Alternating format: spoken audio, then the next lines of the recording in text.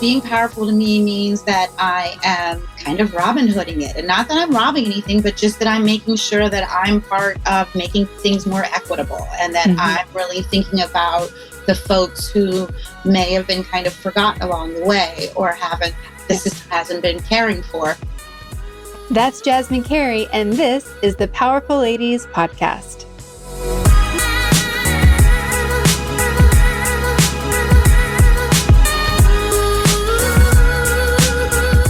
Hey guys, I'm Kara Duffy, a business coach and entrepreneur on a mission to help you live your most extraordinary life by showing you anything is possible.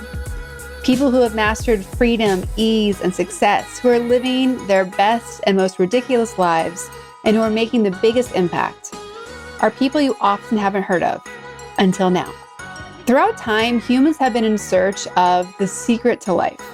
What is our purpose? Where should we be focusing our energy? What truly matters? What if our only goal was to be of service to others and have as much fun as possible? That's what today's guest, Jasmine Carey, has been exploring as a lifelong writer, dancer, and freedom seeker, and at a deeper level through her new memoir and young adult novel series. From growing up in Vermont to dancing in New York City with Prince, we cover a lot in this episode. You are not going to want to miss this.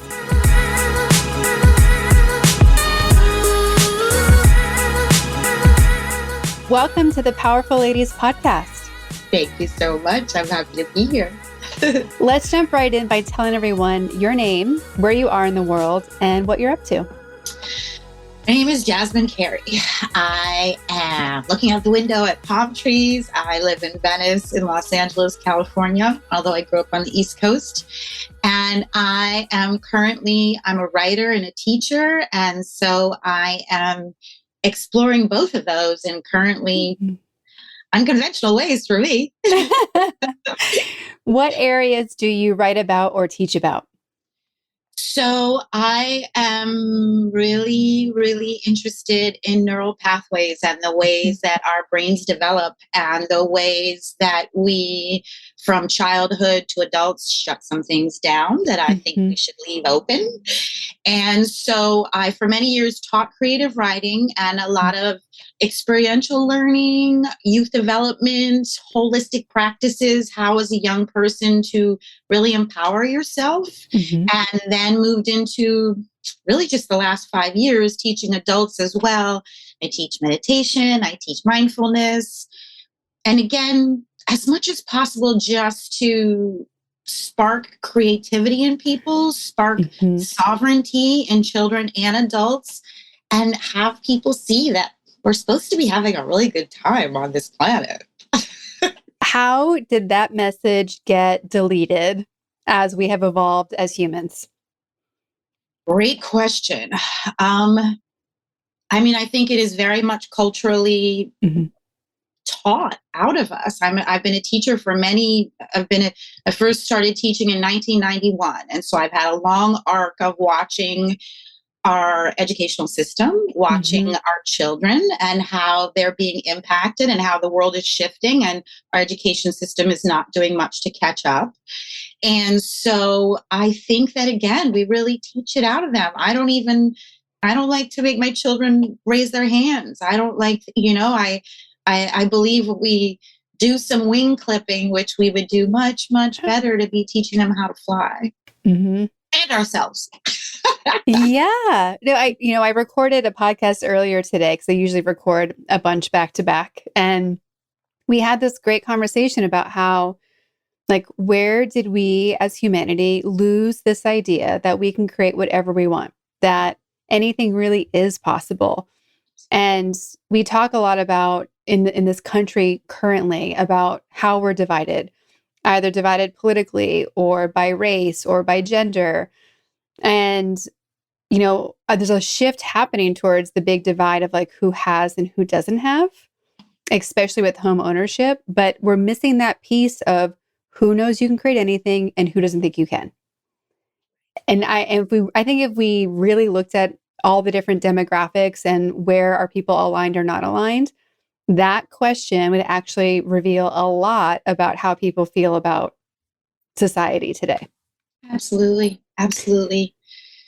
Yeah, I'm writing the two things, well, the three main things that I'm working on. So Mm-hmm. I'm editor for a magazine, which is a global magazine right now in Spanish and English, and I'm planning on expanding into multiple languages, which also has the interesting layers of when you translate. Of course, you're Mm-hmm. not translating verbatim, you're Yeah. translating philosophically. And so, how do our cultures overlap? What do we share and what do we do differently?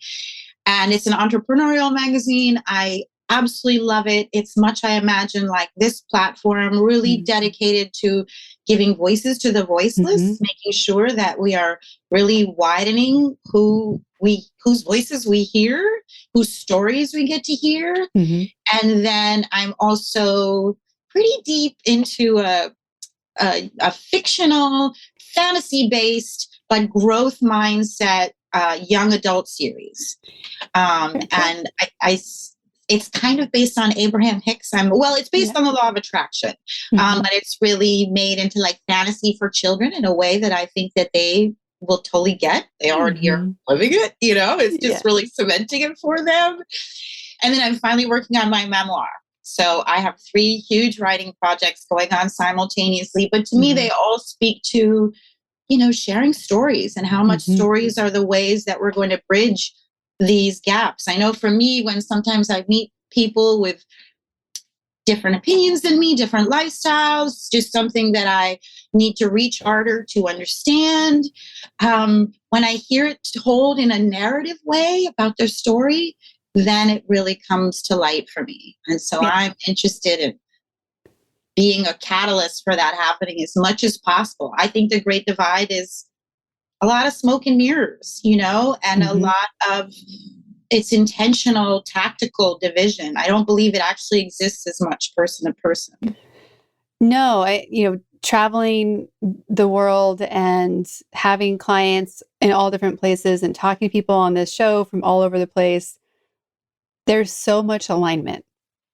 So much. And, whenever I hear someone who says something that I'm like, wait, what? Like, if someone's like, why do Black Lives Matter? I'm like, time out, hold on, what did you say?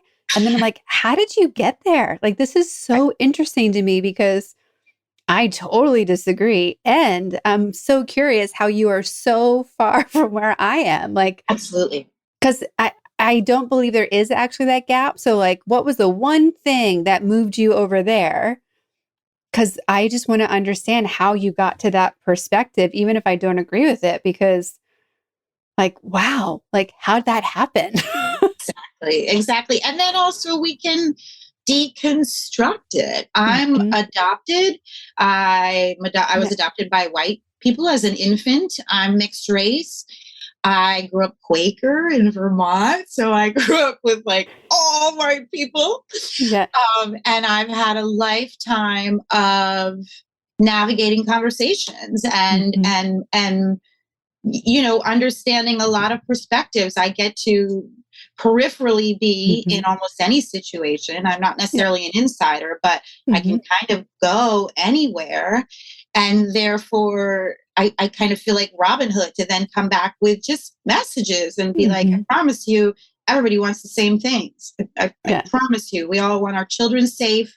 We all want to be loved, just all the same things. Yeah. So yeah, I agree that the more that I don't mind, not only do I not mind, I lived in New York City for many years. So Hmm. I love when we stick our feet in our mouth, right? Yeah. People think it's like a horrible thing. You're like, that's how we get to the next stage of understanding each other. Hmm. So I'm all about what can be challenging dialogue, but I believe that's what moves us forward. I imagine that there's a lot of people listening who have no idea what a Quaker is. So maybe we just tell them what do Quakers believe in and kind of what are Quakers? Exactly. I've explained it. If I had a dollar for every time I Yeah. explained Quaker, so um, it's a very old religion in this country. It's Christian in basis, but it's also not at all dogmatic about, frankly, anything other Mm-hmm. than very simple tenets like leave anyone and any situation at least as good as you found it, if not better. Mm-hmm. They're called Quakers because their worship is meditative, and so they typically sit in concentric circles. It's also just supposed to be the concept of the collective, and then you meditate. Some meetings have queries, but very few. Yeah. Mostly it's just a silent meditation. They're called Quakers because if you're sitting in silence and a message comes to you and you don't know if it's something that you need to get out as catharsis, if it's something you don't know who needs to hear it, but it's literally like your soul is quaking to share, then you stand out of the silence and you share. And so again, it's a relatively simple religion. Mm-hmm. It doesn't recruit. Nobody, again, people don't know about them, but they're everywhere I've ever lived. I lived deep in Brooklyn. My mom was like, I'm going to find a Quaker meeting. Sure enough, she did, and they're pacifists. Mm-hmm. They believe they were the first religion one of the main religions to facilitate the Underground Railroad, to first embrace same-sex marriage. They're very inclusive, although demographically they're pretty homogenous these days. But yeah, they're quite lovely. Very, even more than live and let live. They really want us all as much as possible, extending a hand to each other and seeing the world as a global community. A lot of potlucks. Yeah. No, I mean, growing up on the East Coast, I'm like, Benjamin Franklin was a Quaker and Pennsylvania was founded on Quaker values. And like, I know these things from East Coast youth history. Exactly. And we also always had Quakers meeting, especially in the car. And like the whole phrase, Quakers meeting has begun. No more laughter, no more fun. If you show your teeth or tongue, you will pay a forfeit. And like, we have to just like sit there. And like, that was the thing as a kid, we would say. And I have no idea who taught us to that, but I still use it with my nephews. I'm like, Quakers meeting. Go think about that right now. I feel like they have a little bit of a reputation for being a little stricter than at least my experience. I grew up in my adoptive parents are hippies. Our Quaker meeting was fun and lively. Yeah. And again, it's definitely about quiet and stillness, but yes. I could wear what I wanted. I wasn't kind of the things that I feel like a lot of people associate with Quakerism as dogma. Mm-hmm.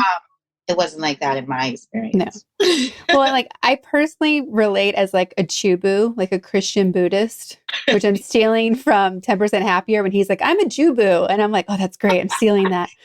And so often, as you mentioned, like Quakerism is so close to that because it does pull in these really, we are one universal, like the power of that silence.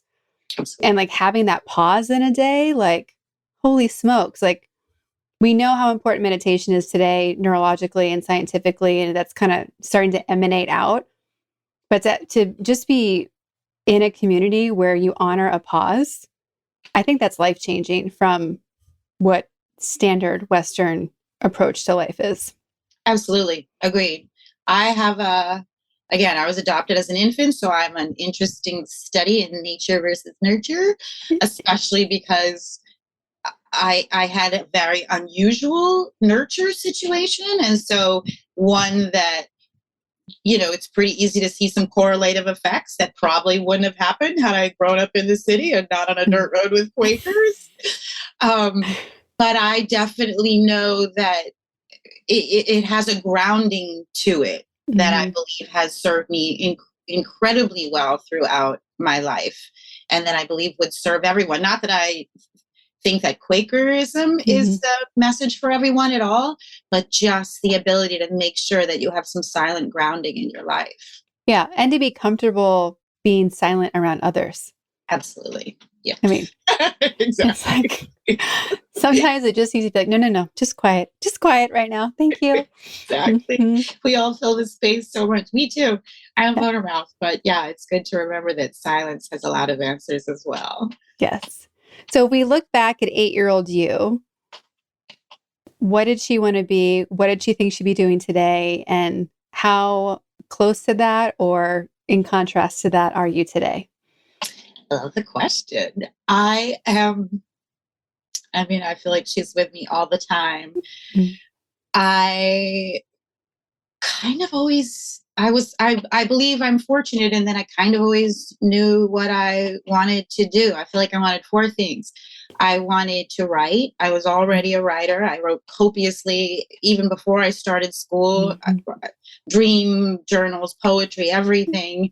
My mother was wonderful and kept copious amounts of it. I always worked with children. As soon as I was bigger than somebody else, I was taking care of them.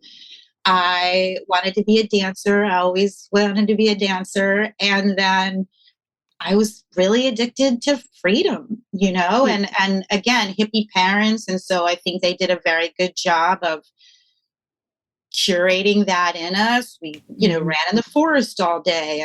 I have a brother, and we just had a lot of freedom, as well as the philosophy in our home was very much about freedom. It was the 70s.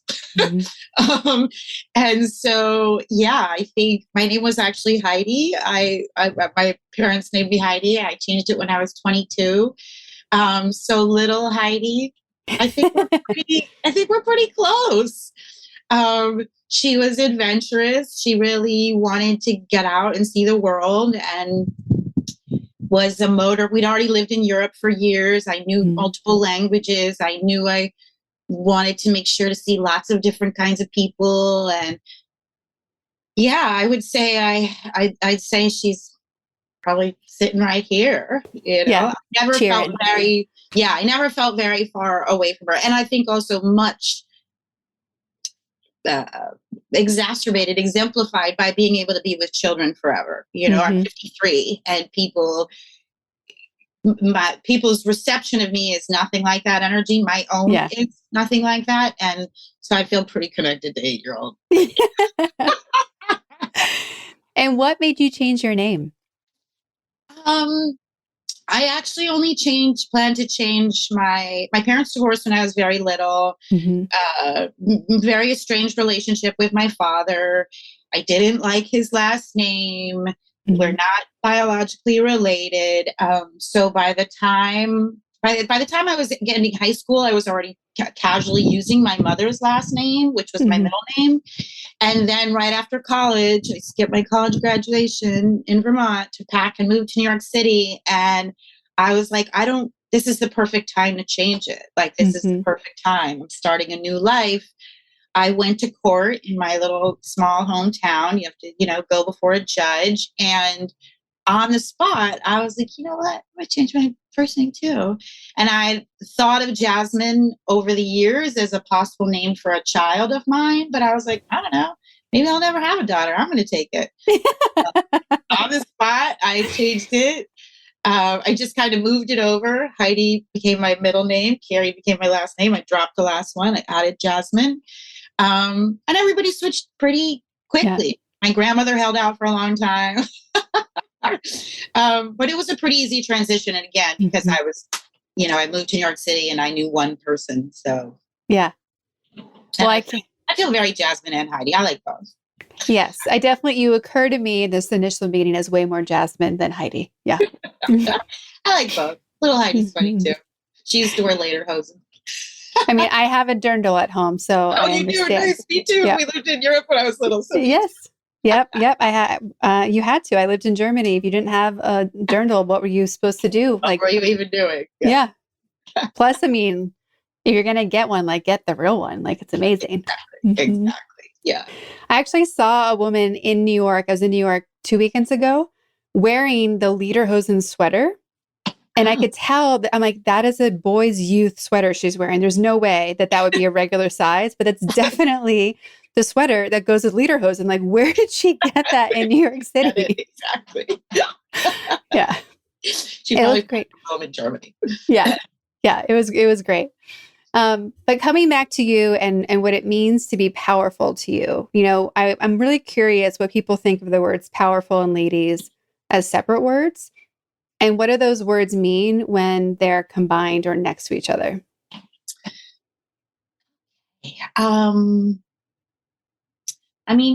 Powerful to me is that feel like if I were up against something and I had to give my most, what I feel like powerful stands for most to me in my life is the ability to use the many privileges I've been given to stand for others. Honestly, I feel like, I don't know, it's amazing to me. I complain about things sometimes too, but like, we're just so privileged in this country. And I don't know, every day I wake up that I'm just boggled by all the things available to us and all of the, just everything that we're granted every second, all day by this miraculous world, especially in this particular country. And so being powerful to me means that I am kind of Robin Hooding it. And not that I'm robbing anything, but just that I'm making sure that I'm part of making things more equitable, and that I'm really thinking about the folks who may have been kind of forgotten along the way, or the system hasn't been caring for. I care so deeply that I know it's just part of my DNA. I know it's part of my makeup. Sometimes in my life, I've tried to get away from a life of service.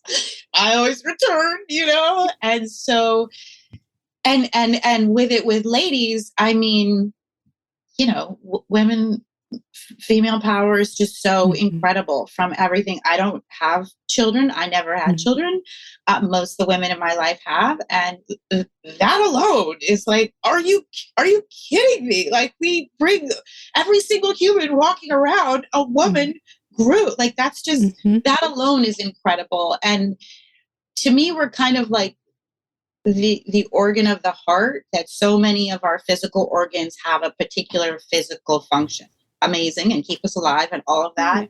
The heart has this function that is of the utmost importance, but then also has all these nuances and emotions and all these feelings. And so that's what being a woman feels like to me. It feels like, holy moly, we're kind of the central functioning of everything, but then all these emotions and those unbelievable superpowers that we have too. So I believe in the solidarity of women, that as women come together, that moving mountains doesn't even begin to speak to what can be done when women really create coalitions together. And so, powerful ladies is my jam. And I know that I care deeply about teaching both genders. And I believe that there's great value in teaching them together. I've also many times over the years had some programs specifically for girls and young women, for the ways that we can speak to each other and propel each other and support each other and really make incredible things happen that, sometimes we're better at than men. Yeah, I totally get that. I mean, the battle with Powerful Ladies as a company and as a podcast and everything else that we do has been that I have so many amazing men in my life whose stories I also want to tell. So finally I was like, fuck it, they can come on too. Like, they'll just be special gentlemen guests. It's okay. Exactly. But, friends, my male friends are the ones that keep reminding me, hey, we know that you love us equally, and women need this. Women need this. And, everything that's happening right now in Iran alone is like just the most present reminder of the privilege that we do have here, even with the struggles that women have in the US or in North America. It's nothing compared to what so many other women are facing minute by minute. Absolutely. You were referred by Anna, the magical Anna on the Powerful Ladies team, who's given us some of the best guests we've had. And she said that we cannot step over the fact that you've had many lives that are very interesting, and that you have partied with Prince, and we need to share that with everyone. I know, it's funny. I kind of always, I'm a huge journaler. I write copiously. I have since I was 10. And I have had many, many stories. And I moved to New York City in 1991 when I was 22 and just really cute, fresh off the boat. And I think back to it now. I'm frankly trying to tap hugely into it because I was such an unbelievable scripter and deliberate creator. I wrote when I was 15 years old, maybe like 1983 in Vermont, my little bedroom. I like listened to Prince, danced in the mirror, all sweaty, wrote in my journal. I still have it. I'm going to meet Prince someday. I'm going to dance for him. He's going to love me, blah, blah. The whole thing. Cut to, it was like 16 years later, but still, I met him. Everything that I'd written came true and then way surpassed it. And so to me, I tell the story a lot. It's funny also writing my memoir.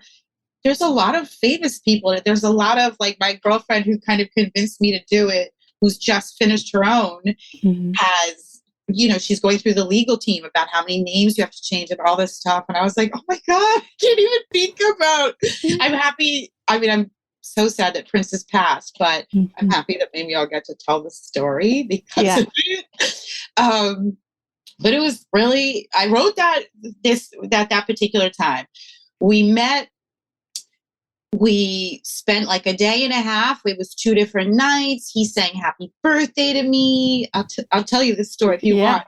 Please. And also when it ended, it was so ridiculous that I was like, oh, we're going to see each other again. It's going to be like the 3rd chapter of the story. And then he passed away on my birthday. So it was really kind of a, how does the story succinctly go?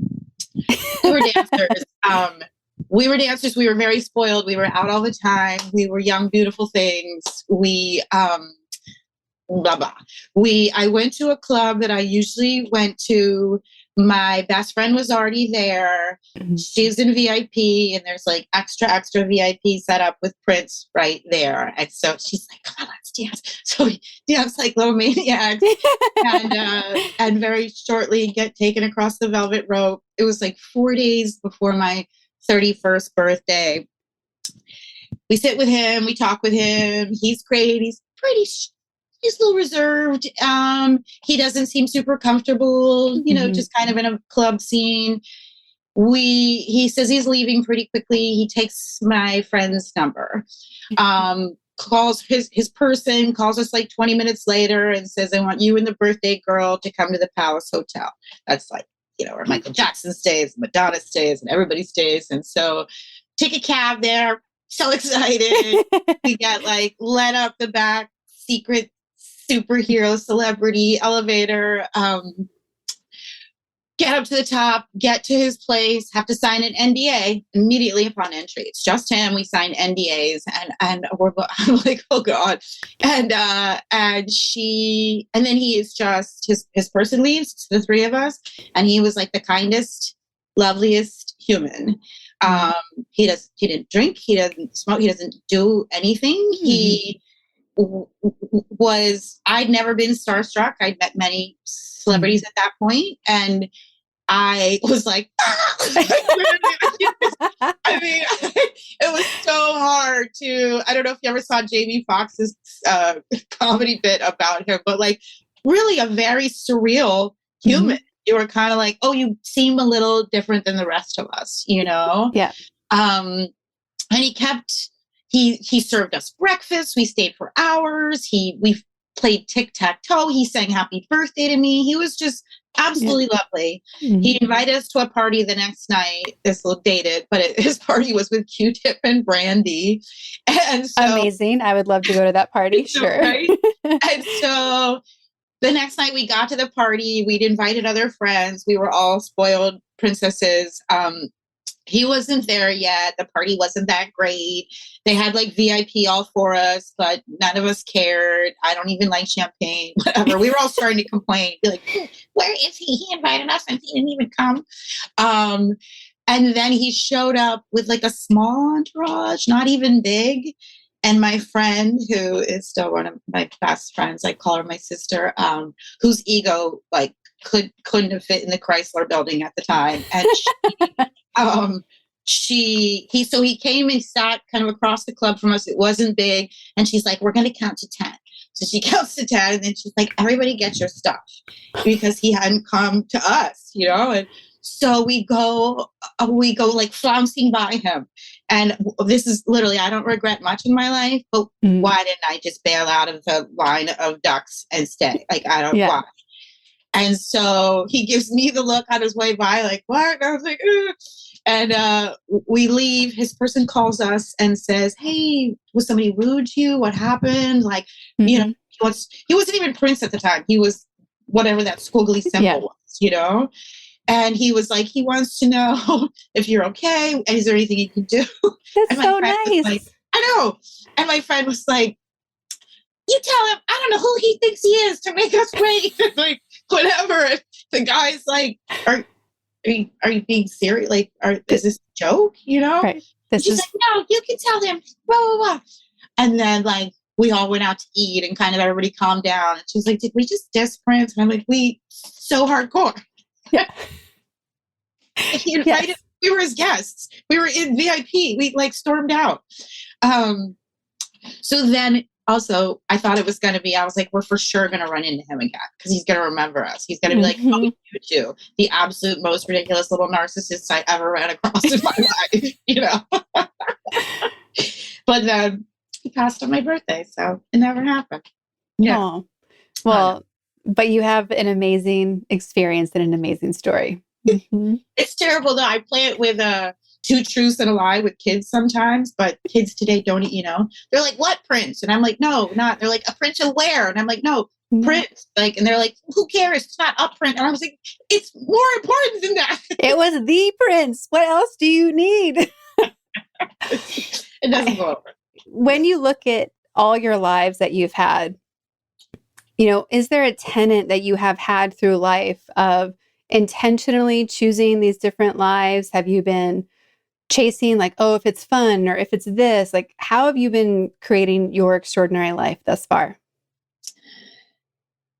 I love the question. I a couple of years ago spoke to a psychic and I said, I don't know, like everybody's so goal oriented and everybody talks goal and all this. And like, sometimes the word goal, to be perfectly honest, makes me flinch a little, you know, and like the kind of the way that we push drive in this country isn't very resonant with me. And so I was like, but am I doing it wrong? I know there's things I could be doing better to serve the world. I know I could be stepping up to some of my skills and talents more. I know all these things. And so, you know, do I really need to vastly change my perspective on like goal setting and such? And she said, Jasmine, your goal has always been freedom. Like that has always been your goal. If you look back at the thread of all of it now, that's the thread.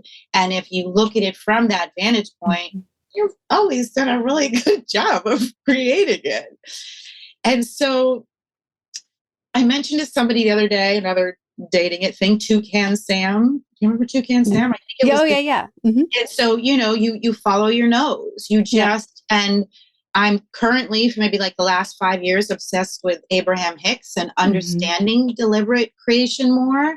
But I think I was always really good at it. And I think having hippie parents was helpful because I was taught to really think outside the box. And I was taught to not just take what I saw and eat it because that's what was available. So I'd say that I just really always, and fun, definitely some of the biggest crumbs on the trail. I've always been like, Jasmine, does that suit your, I can't do things, I can't do jobs, I can't have relationships, I can't do things unless they are deeply resonant with me for very long at all. I'm amazed by people who can, and I'm so grateful for those people who can really grind like that.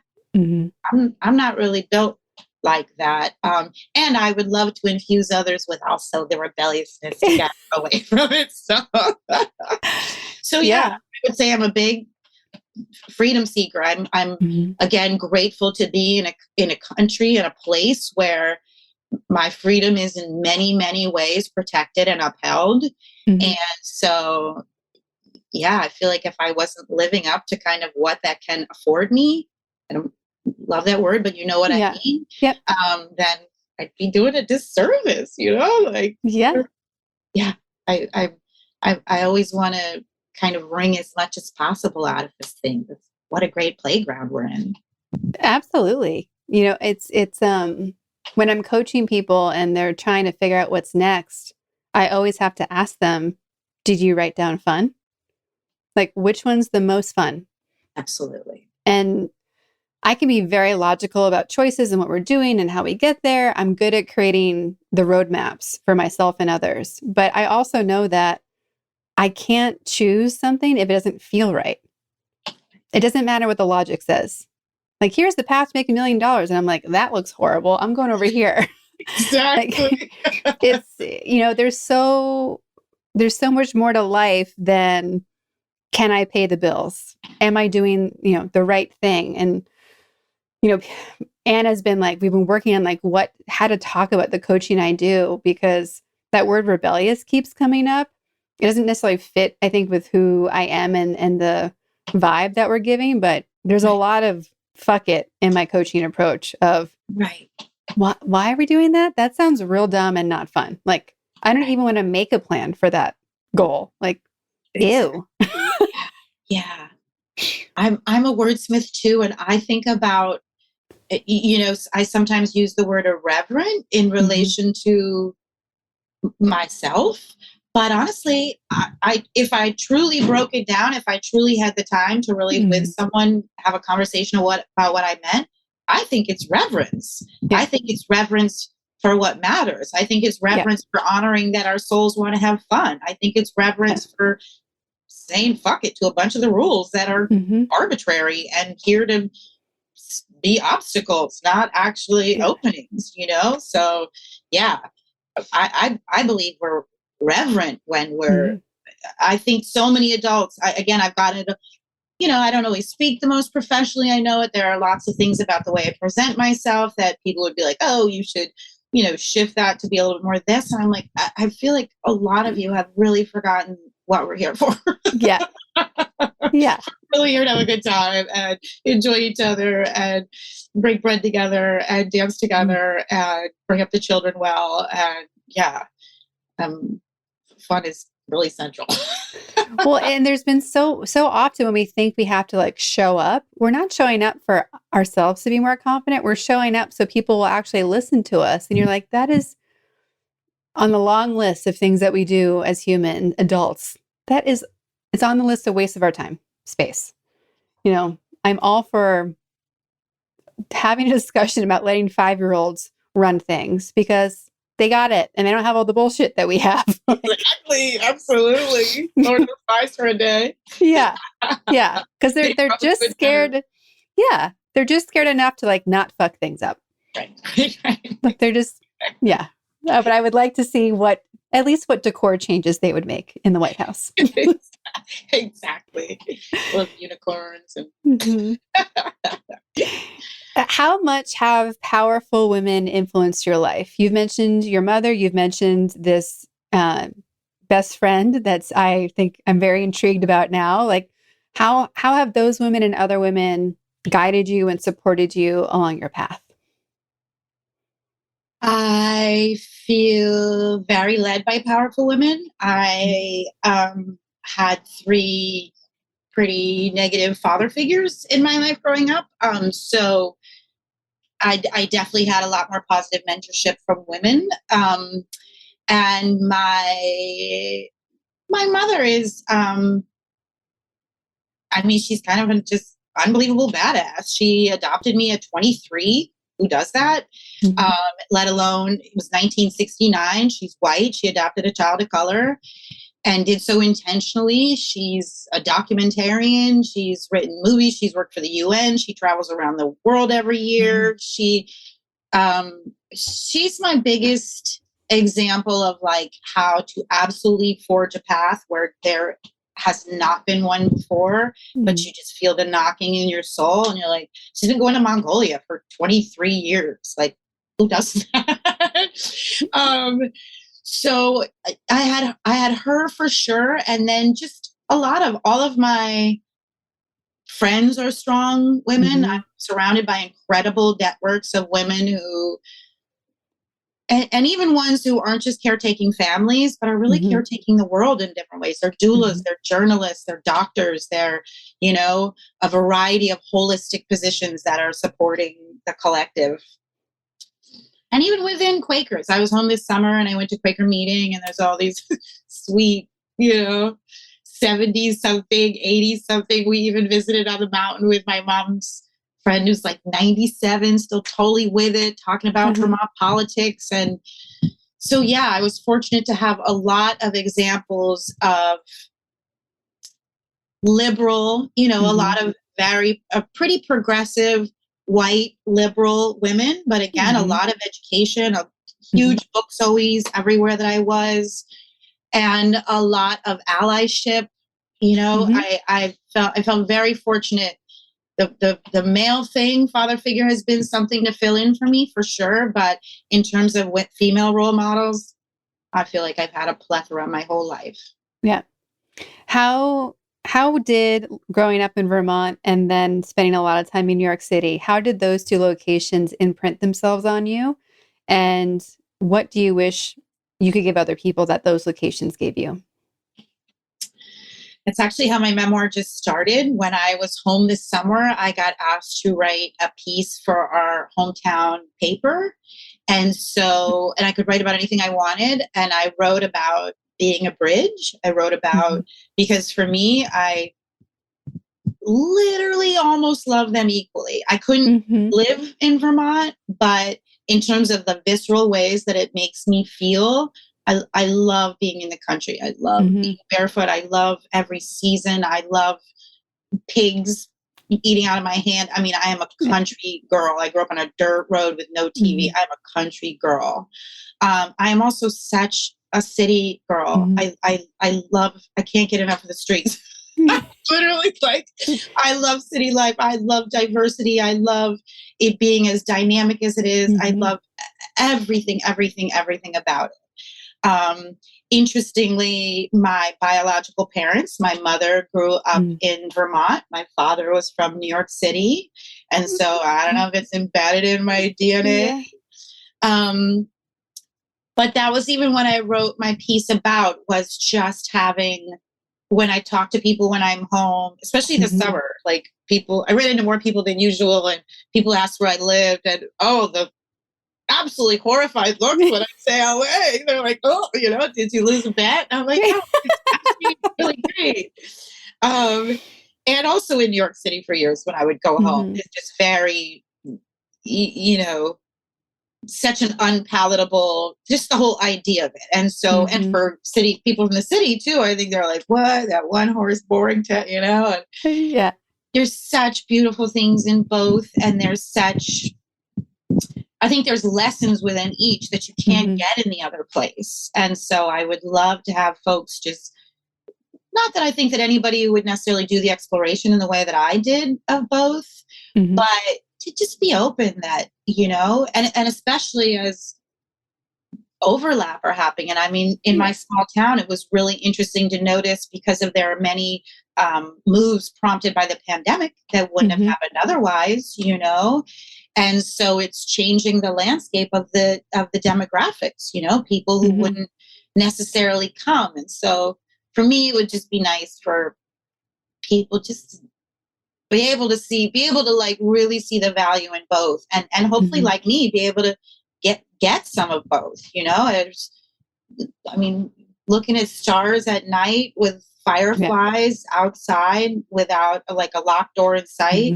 What an experience. And also being in a packed stadium with every kind of person with a collective experience in a city. Also, I'd like people to open their minds. I keep forgetting that my friends in California have never experienced two things that grew up there: fireflies and a snow day. Yeah. I'm like, I don't know how to tell a child's story without those two pieces. Like, what? Exactly. What were you doing when I was doing that? And it really is kind of, the same way as it is for people there about here. I had a girlfriend here in Los Angeles who grew up in Texas, who went to Vermont for the first time this summer, and she wrote me from it, and she was like, what is this? And I was like, I know. And she's like, it's hard to even put into, and I was like, I know. That's why I stumble, because I know. And you're like, syrup and green grass. It doesn't do it justice, but yeah. It doesn't. I love that your mother loves Mongolia. It's one of the coolest places I have been to. Oh, she would love that you did. Yeah, Yeah. she's written. I'll send you the info. She's done 3 documentaries. She wrote a book. She married a Mongolian man. My second stepfather was Mongolian. Yeah, she believes she was Mongolian in a past life. Ooh. She's this cute little white Quaker lady. With the wrath of Khan in her. Yeah. Absolutely. Yeah. No, our home now is transformed at home. It almost looks like the inside of a yurt. Like there's yeah, she's so funny. Yeah. No, I got to take the Trans-Siberian Railroad in and then had a driver and 2 friends. And we literally just stayed at other people's yurts across the country for like 10 days. Oh my God. It was pretty amazing. Well, when we look at how 2022 is going and building into and starting to create things for 2023, what are you looking forward to, excited about? What does this next chapter look like for you? I am nothing but excited. My memoir is so fun. I had no plans to do it. Again, it really was just born. I started it 8 days ago. I'm like 15,000 words in. So, wow. I write really quickly. And it'll also be fun to then go back over my journals. Like I plan to, of course, pepper actual things from my journals in. And so that's a fun project.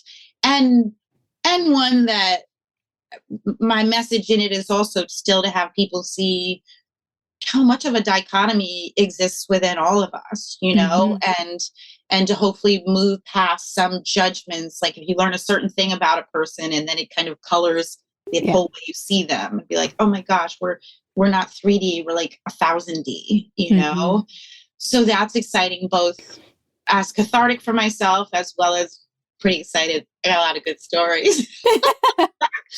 And then I'm really excited about the young adult series. I'm proud of it. I think it's timely. I think I know our young people need it. I want them. I taught on Zoom for a fair amount during the pandemic, and especially during our early scary parts, I would want to be nothing. I always want to be nothing but encouraging for our young people, but then it felt extra important. Yeah. And so I would talk to them about how they're going to be these new little superheroes. They had this situation and they're going to kind of know things and do things differently than some of us before. And so I started the series in the height of the pandemic and just had dancing in my mind all these little people who I want to build their resilience. I believe they need it more than ever. And also I love that I chose protagonists who are typically not the star. There's disabled children and children of color, and there's, and so I wanted it to be kids who don't usually get the kind of main character hero position. And I'm really excited about the magazine. I'm excited about what we're putting out. I'm excited about all the networking connections that we're creating. I saw an amazing movie, if you want to leave this in for everybody, Mully, Mully. It's Father to the Fatherless. It's the story of this man in Kenya who, through a long series of events, at the end of it, he literally, during one of the largest droughts in their history, found water and basically created his own ecosystem, and then all these ways to support children on the streets and such. But that's the way I think about it, is just doing what I can to create however much of a metaphorical ecosystem as I can, interact with other people's tree roots, and just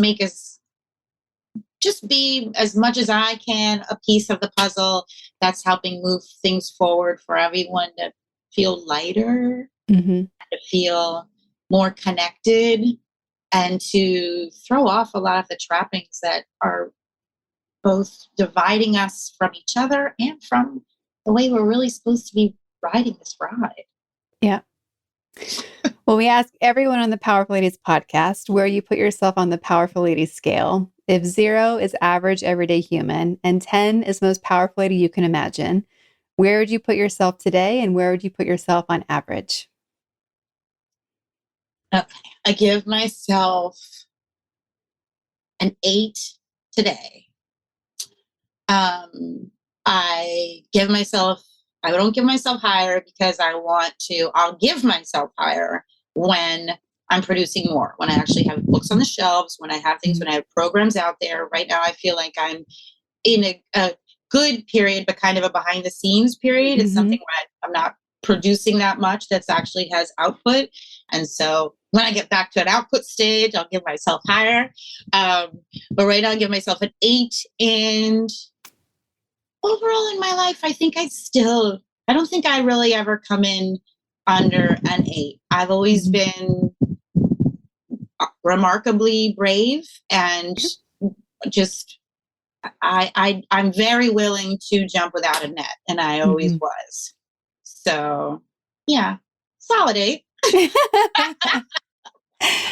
Well, then we also want to give you time to share with everyone where they can follow you, find you, connect with you, cheer you on. So where's all the places they can do that? Okay. My Instagram, which is mostly just me spilling my edges all out everywhere. If you look at my Instagram, I believe you'll get a pretty good picture of what I'm like. And that's Jasminuca, Jasminuca. And then my website is The Right Next Step. So The Right Next Step, WRITE. And the magazine is LiT magazine. It's LIT. It stands for Leaders in Transformation. You can find them all online, of course. Anything else? Yeah, those would be the 3 places. I'll plug the other stuff when it's more coming to fruition. Love it. Please tag us so we can share it and promote it when it's ready. Okay, I will. And then we've also been asking everyone this year, this is a really big and powerful and resourceful, heart-led group. So what do you need? What do you want? What can someone help you solve or find? I love it. The thing that I write in my dream journal, the thing that I want currently more than anything is a publisher. I want a publisher. I look into self-publishing, and during the process of writing both the pieces that I'm writing, I forever considering whether to self-publish or have a publisher. I believe that I would prefer to have a really aligned publisher. Yeah. Hay House would be my favorite. I'm not typically what they do, but I also know that I think it would be it would be an amazing and timely addition for them to branch out into children's literature.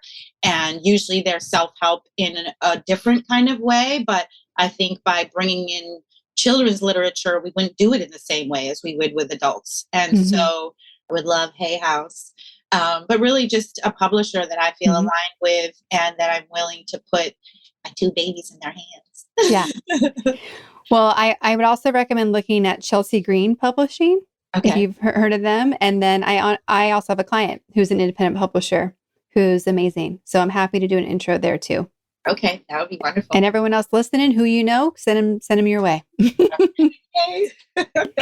Well, it's been such a pleasure to meet you today and to share your energy and your zest for life and just the clear focus you have about being a contribution and doing it with as much fun and happiness as possible. So thank you for everything that you do and who you are. And just for sharing your story with us today. Thank you so much too. I very much enjoyed it. Powerful ladies.